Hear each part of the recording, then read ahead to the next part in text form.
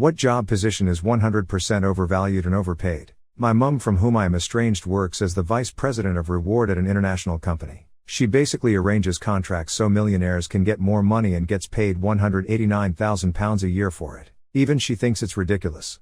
Member of the International Olympic Committee, IOC. They've had a lengthy history of excessive demands, $4 million US spent on entertainment in Nagano, traffic lanes dedicated to IOC members during the games, etc. They make very few decisions, all of which are politically motivated. They travel extensively and are paid well for it. From the article, although technically a volunteer, the IOC president receives a yearly allowance of $251,000 and lives rent-free in a 5-star hotel and spa in Switzerland. Vivek Garipalli, Clover Health, $389.6 million. George Mekon, Bright Health, $180.8 million. Mario Schlosser, Oscar Health, $60.8 million. John Cow, Alignment Healthcare, $46 million.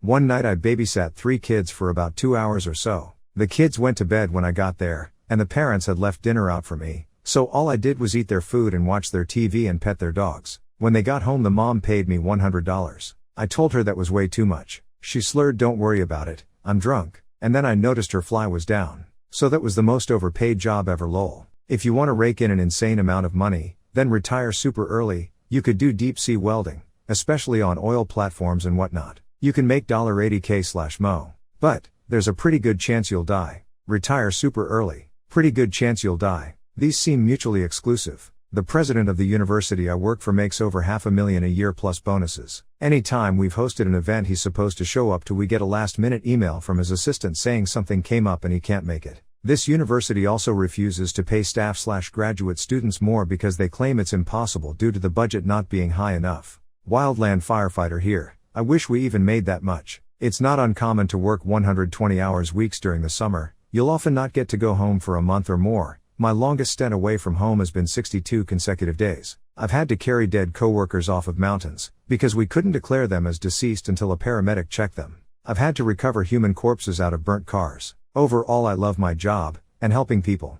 But the fact that I make $30,000 a year feels pretty underwhelming for the amount of shit I deal with. Same for every other wildland firefighter out there. Edit. I live in this world so I forget people don't have context. Most wildland firefighters make minimum wage. We work about 100 to 120 hours a week during the peak of the season, till to 3 months depending on your region. Then probably average 200-hour months for another 4 months of the year. Then we typically have 4 to 5 months off with intermittent project and controlled burning work. So yes to the people who commented it. Without that context, $30K/year seems deceptive, but that wasn't my intention. I was more so trying to speak to the type of work firefighters are subjected to in relation to pay, not saying that we're all illegally underpaid.